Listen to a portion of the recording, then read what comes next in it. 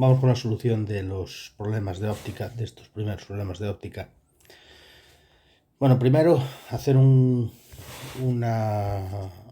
repaso de cómo eran las lentes. Recordad que las lentes son al fin y al cabo vidrios tallados, y los vidrios tallados tienen una primera cara, que es esta, y esta primera cara tiene un radio R, que al que denotaremos, vamos a denotar por R1, ¿no? Y esta segunda cara, la cara del segundo lado, tiene un radio R2. Bueno, la medida de los radios siempre es desde la superficie del vidrio hasta su teórico centro, ¿no? Por lo tanto, en estas lentes biconvexas, R1 va a ser positivo y en las mismas lentes R2 va a ser negativo. Recordar que las distancias son positivas cuando se miden en el sentido de propagación de la luz, que consideraremos así. Entonces estas distancias van a ser positivas, y cuando van en sentido contrario, esas distancias son negativas. También tendremos en cuenta que los radios, cuando las caras son planas, son infinitos. Aquí tenemos que recordar solamente dos tipos de lentes. Tenemos que recordar las lentes biconvexas y las lentes bicóncavas, porque luego cualquier combinación se hace teniendo en cuenta o tomando como referencia esas lentes, ¿no? Así, por ejemplo, si nosotros tenemos una lente de tipo, pues por ejemplo, convexo-cóncava, imaginaos que queremos hacer una lente de tipo convexo-cóncava. La primera palabra me dice cómo es el radio de la primera cara, convexo, igual que la biconvexa, por lo tanto será así. Y la segunda palabra dice cómo es la segunda cara, cóncava. Entonces la segunda cara es igual que la de la bicóncava, que sería así. Los radios de estas lentes, R1, medida desde la superficie hasta su centro, sería positivo, y R2 también sería positivo. ¿Por qué es importante esto? Pues esto es importante porque en función de estos radios obtendremos la focal o potencia de las lentes. ¿Cómo? Bueno, pues tened en cuenta que esas potencias de las lentes, la potencia de la lente se calcula como n-1 por 1 partido por R1 menos 1 partido por R2, donde n es el índice de refracción del vidrio del que está fabricada la lente, y R1 y R2 son respectivamente los radios de las caras 1 y 2. ¿Vale? Bien. Entonces vamos con el primer problema. El primer problema me dice que tenemos un objeto de 2 centímetros de altura situado a 15 centímetros de una lente delgada, convergente de 20 dioptrías. También tenemos que tener en cuenta que las lentes, la explicación que debemos dar es que hay dos tipos de lentes. Dentro de las lentes podemos hacer una clasificación en dos grandes grupos. En primer lugar, las lentes convergentes, que son aquellas que tienen una focal positiva y que representaremos así. Y luego tenemos las lentes divergentes. Las lentes divergentes son aquellas que tienen una focal negativa y cuya representación será una cosa así. Además, las lentes convergentes están caracterizadas por dos puntos. Un primer punto que se llama F' o foco imagen, situado a la derecha de la lente, y un segundo punto llamado foco objeto, que está situado a esa misma distancia pero a la izquierda de la lente, ¿vale? La distancia esta es la misma y es F'. Para las lentes divergentes la situación es justamente al revés. El foco imagen, que es el foco con prima, está situado a la izquierda, y el foco objeto, que es el foco sin prima, está situado a la derecha, ¿vale? Bueno, entonces, una vez vistas esas generalidades de lentes, podemos pasar a plantear el problema que tenemos aquí. La situación que nos está planteando es un objeto que está situado a 15 centímetros de una lente delgada convergente. Vale, entonces tenemos el eje óptico y tenemos una lente convergente. ¿Vale? Bien. Como esa lente es convergente, tiene sus focos, que llamaremos F y F', situados a una distancia de 15 centímetros de esa lente. Es decir, tanto F como F' están a 15 centímetros de la lente. La lente además me dice que tiene, el objeto sitúa 15 centímetros de la lente. La lente además nos dicen que tiene una potencia de 20 dioptrías. La potencia es la inversa de la focal, ¿vale? Por lo tanto, esta lente tiene una focal cuyo valor es la inversa de la potencia. La particularidad que tiene esta fórmula es que cuando yo la utilizo y las potencias me las dan en dioptrías, la focal de la lente me da en centímetros, ¿vale? Entonces, en metros, perdón, 1 partido por 20, que son 0,05 metros, que en realidad son 5 centímetros. Bueno, el caso es entonces que esta lente tiene sus focos situados a 5 centímetros de ella. Y a 15 centímetros de esa lente yo coloco un objeto, ¿vale? Es decir, el objeto que se representa mediante una flecha, así de ese estilo. Y el problema, pues veamos lo que me pide, ¿vale? Entonces, el problema lo que va a pedir es posición de la imagen, posición y tamaño de la imagen, y además hacer una resolución gráfica del problema. Bien, la solución analítica de este problema pasa por la aplicación de la fórmula de las lentes. La fórmula de las lentes es esta, y esta fórmula lo que hace es relacionar la posición del objeto de la imagen con la focal, con la característica de las lentes. Bien, como vimos antes, la focal de esta lente, al tener su potencia, la podemos determinar y son 5 centímetros. Es decir, que yo aquí voy a tener que poner 5 centímetros. Y 5 centímetros positivos porque se trata de una lente convergente. Vale. Bien, ¿cuánto vale S y S'? S' es lo que yo quiero saber. Y S es la distancia que hay, S es la distancia que hay de la lente al objeto. Los objetos se colocan a la izquierda de las lentes. Por lo tanto, si me decía que esta lente estaba situada así y yo el objeto lo colocaba situado a 15 centímetros de la lente, esto es lo que me está dando S. Pero resulta que S, como todas las distancias al objeto, hay que medirlas desde la lente hasta el objeto. Y como los objetos los coloco a la izquierda, esta S va a ser una cantidad negativa. Por eso, cuando yo aquí sustituyo S, en vez de poner 15 pongo menos 15, porque son 15 centímetros a la izquierda de la lente.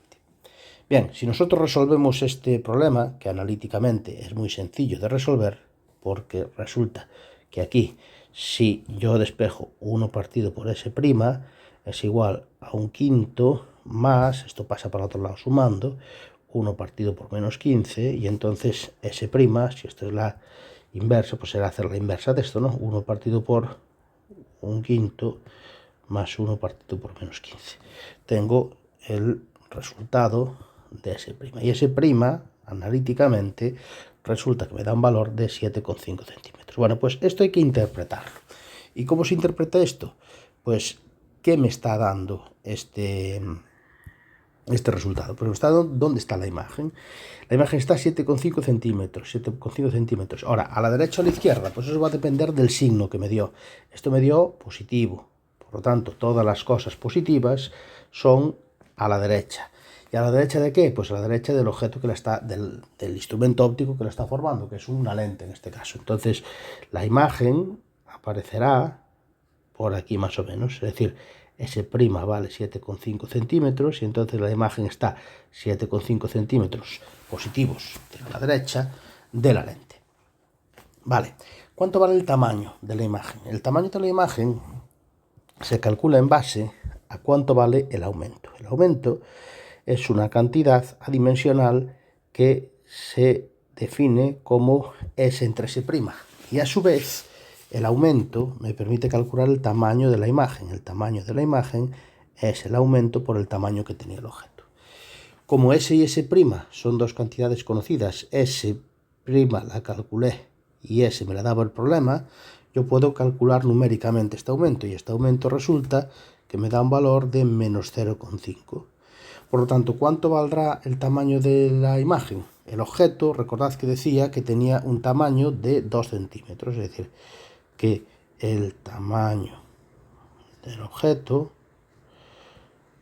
son 2 centímetros. Eso implica que I, que es el tamaño del objeto, vale 2 centímetros. Es decir, que gráficamente eso querría decir que cuando yo coloco el objeto ahí, en las proximidades de la lente, esto, lo que levanta desde el eje óptico, son 2 centímetros. ¿Cuánto vale el tamaño de la imagen? Pues el tamaño de la imagen se calcula, como dijimos, multiplicando el aumento por el tamaño del objeto. Es decir, que el tamaño de la imagen será lo que me dio el aumento, 0,5, por lo que me dio el objeto, que era 2, y me da menos 1.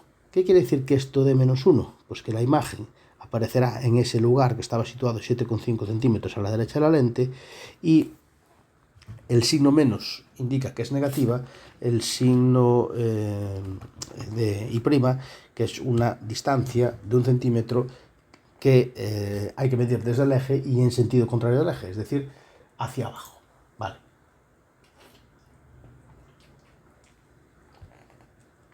Una vez que tenemos hecho eso, vamos a hacer el tema de las características de esta imagen. Vale.